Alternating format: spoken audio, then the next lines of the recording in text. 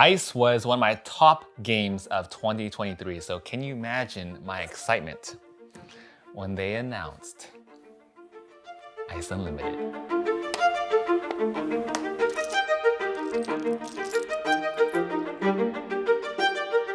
This is an improved second edition of Ice where your goal is to lead a pack of explorers in this Arctic terrain, and the player with the most renown points by the end of 4 days will win. This game is about twice as quick to set up than the first edition, and instead of 5 layers of tiles underneath, there's only 3. Next, you get to pick one of 5 characters. Each one has a different ability, so pick which one you like most. Iden of the Cairo Architects can excavate the ice at a lower cost.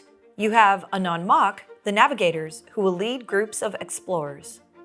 Jif of the Ice Walkers has grappling hooks to rappel down the ice easier. Aoi, the Nourishers, will slot explorers on the guild board, and then she can bring them onto a snow tile for free.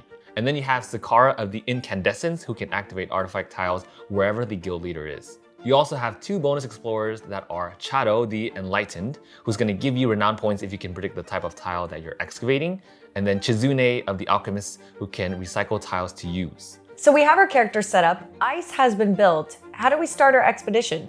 The first thing that happens is we're going to reveal a brand new logbook card. So once these logbooks are over, then that's going to trigger the end game. Ooh, and I like how in the instruction booklet it said the last person to touch ice is the first player. Yeah. Not grass, but...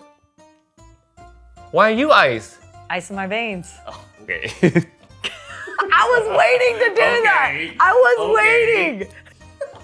Anyways, here's a little guitar pick. That's not relevant to the next section. But it's cool because look. Now from there, we're gonna move on to the exploration phase, and here is where everything happens. On your turn, you have 1 to 3 exploration points or EP to spend. So remember, we're trying to dig up ice and gain artifacts, right? Exactly. So on your turn, you can move, and you can move with a pack of explorers up to 3 with your leader in order to get to different places. And you also have to watch out for these crazy rifts because you can't cross them, obviously, because we can't jump over giant holes. The second action you can do is build a camp. That's going to cost you 1 EP. And the reason why you want to build a camp is because a third thing you can do is call. Calling is taking any explorer and moving it to your camp, or taking your leader and moving it to any other camp. Exactly, and the whole reason why we're moving, why we are calling our team over, and why we are making camps or building camps is because we're all leading towards the 4th action of the game, the meat of this game, and that is to excavate the tiles and to flip them over. Whoa, that's so cool. I've never played a game with multiple layers on the board like that. So this is where all the effects in the game come into play, and the cost here has also been updated, which allows you to excavate even more snow tiles in the second edition, because now it only costs you 2 points instead of 3 EP. Afterwards, your team is going to descend down on the ice and spread out evenly on the tiles below. That's where Jif the Ice Walker can ignore that rule, and Jif can go anywhere they want to. All right, Banz, I say we show them, like in person, what it would be like for me to like play a game with you in the ice. I almost went to wreck automatically because it's just so habitual. Wow. Whoops. The first thing that happens is a brand new logbook gets revealed. This is Safe Haven. Place an archaeologist on each Nunatak tile. Now we reset our boards. Now we reset our boards, so all of us will have 5, except Banz has a secret planning token. What does that do? It allows me to have 1 more EP for the next day. And then for my turn, I am going to excavate this for free. And these will get moved off for a second. This right here is a brand new artifact, the yellow artifact, and this will be placed onto my player board face up if you have 2 of those artifacts, or 2 anima, because later on in the next level, all of these artifacts here are worth 2 anima each, but the level that I'm in, that I just excavated, is worth 1 anima each. That's my excavation. I still have 2 points I can spend up to this turn, and I also have to distribute this out evenly, so my leader can go there, and one of the explorers can go there. And I'm going to play, for 1 point, I'm going to move 2 which you can do only if it's in a 2-player game. You can only do that once per day. Now from there, I'm gonna play the swarm of polar termites. Whoa! Normally it would cost me 2, but because my leader's on there, then the cost is reduced by 1 plus the polar termite, so this is a free excavation. So then my leader will drop down here and I get a brand new snow tile.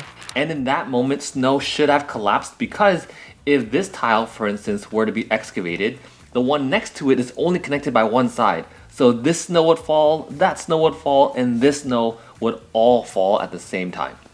And then I am done. All right, that was a really good turn.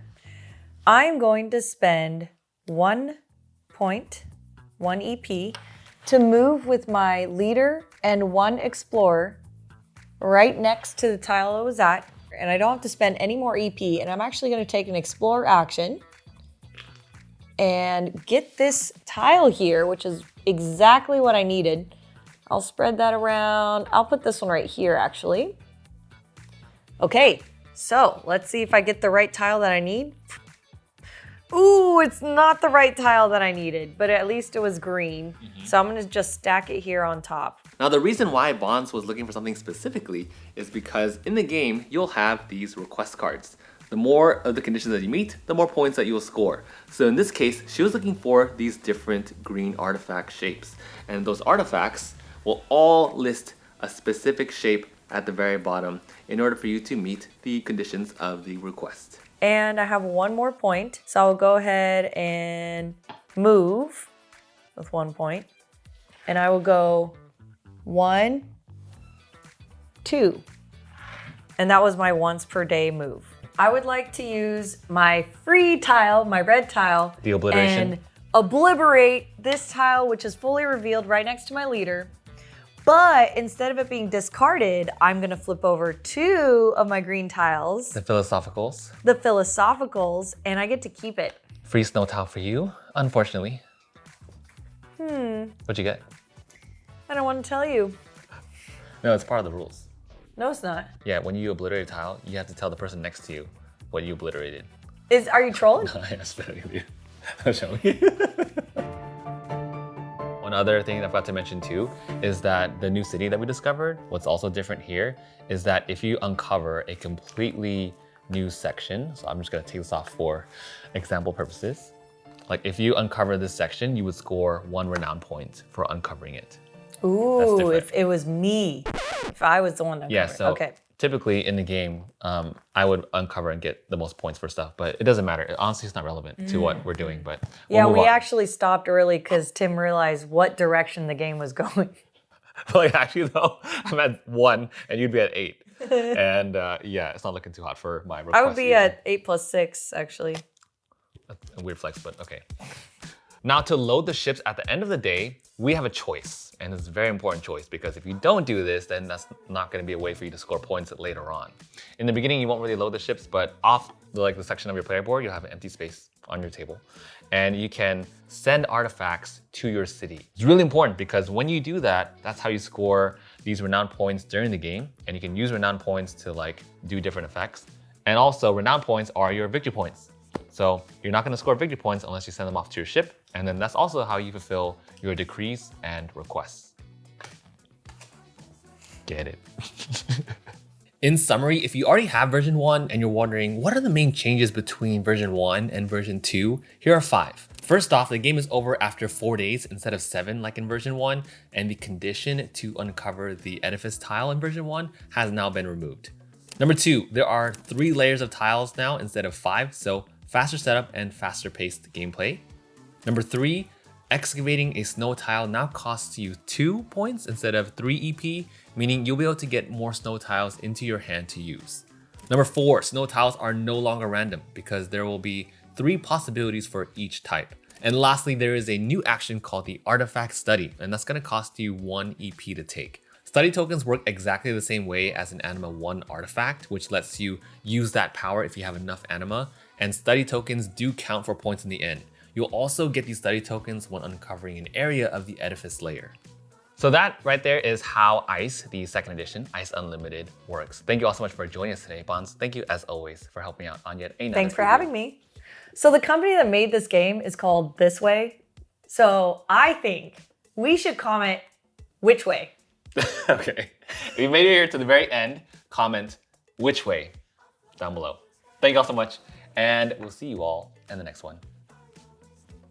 All right, also typically I don't do these kinds of sections at the very end, but I thought it'd be pretty fun to do a little Q&A sesh, just like how we kind of did in Critter Kitchen. First off, this one is from the Wick and Fable. Couple questions here. First one is thoughts on the durability of the tile edges considering a major mechanic is pulling them up. Okay, so that's why I don't put this in like the sponsor section, because I asked for a Q&A and you all asked me for my opinions on this.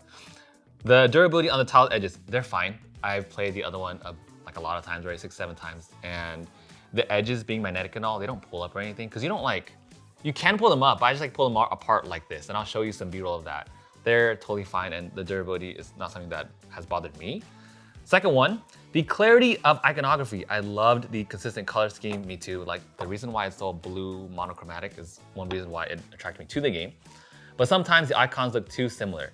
Well, for here, the only icons that are kind of confusing that don't matter too much is like when we're trying to fill the decrees in the requests, because they're like just a couple of shapes, and it's really easy to keep track of. So I don't think it's not a really icon heavy game. Next one, considering the multi-layer board, one setup, can it be shifted around and pushed easily? Let's try it. No, it's pretty strong. I feel like they might have even improved the magnets on the second edition. The first one, it's not gonna move anywhere unless you like, for the sake of this video, like lift it up, but no one's gonna lift up a board in the middle of a game unless like you're raging. Okay, but those are some great questions. Thank you, the Wick and Fable. Next one comes from the Adrian.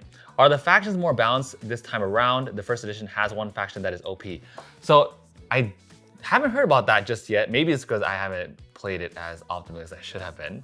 But the factions from the first round, I haven't been too bothered by it after our multiple plays. Like none of them have been explicitly exploited, but they're different now. Like a couple factions are quite different. Like the Ice Walkers have these repelling tokens that you can use to go from one to the other. I feel like they, if anything, might have been like decreased a little. But other than that, like I don't see anything being like a huge red flag. Next question comes from Orange Creamsicle. Is the setup time versus play length cooler? Okay. Did you say cooler? Yeah. This looks like a lot of setup. That's a great question. Honestly, even the first one, to me, the setup wasn't too bad. It looks like it's a lot, but it's like a 7-minute setup. I don't think that's too bad because you're literally just, what, is that a lot? No, it's very impressive. Oh, okay. Yeah, because like you're just laying tiles and it's just like quick and easy. But now, in case that did bother you or something that you might have been worried about, it's cut in half. Like now you have half the amount of tiles here, and you also have printed, like a printed screen on the very bottom when you're discovering the city. So setup time, 100% worth it. Like you gotta see a little bit of the gameplay here, and it kind of just snowballs. Snowballs? Yeah. The gameplay kind of snowballs downward, so you have more and more actions the more you play. So it's pretty quick, and I feel like the gameplay, like obviously being in top 5 from last year was one of my favorites. And I think the second edition improved on a lot of things. Last question comes from Banz. It comes from me? Yeah. Oh, really? What did I say? How will you feel about ice after, oh weird, you made a little error here, you said after I win as in you, but clearly as everyone knows here, there's a track record of me losing. We're gonna ignore that for now. Honestly, what I didn't want to say on camera was that I actually had a plan in mind to score 35 points in one turn, but I just didn't want to show it after like the ice collapse and everything, because it would have been too good. It would have been too like dramatic, yeah. Yeah, we need to tone it down here. Right, so like I always try to tone down my power levels. I also didn't know that you're gonna ask all these questions on camera. I didn't tell you. Nope. Anyways, those are all our questions for today. Thanks for sticking around to the end credits, and we'll throw up some fun scenes. Which way? Right now, this way. Ooh! Oh, get it! Howling? Yeah, you're the wolf pack. I howled one time and people couldn't stop asking about it. That doesn't come off well. Okay, whatever. I'm gonna leave it at that. I mean, it's no fun. You need to fight with me or it's not as fun. No, I agree. Like, it's really easy. You could just like choose any of these characters and I'd whoop you, so. Oh, okay. That's where we're going with it. I see. Okay. You get to pick one. One of 5. Here you go. Now you get to pick one character. Does it come with the game? Mm-hmm. It does. This comes with the game? Yeah, start picking. What? Yeah. That's awesome.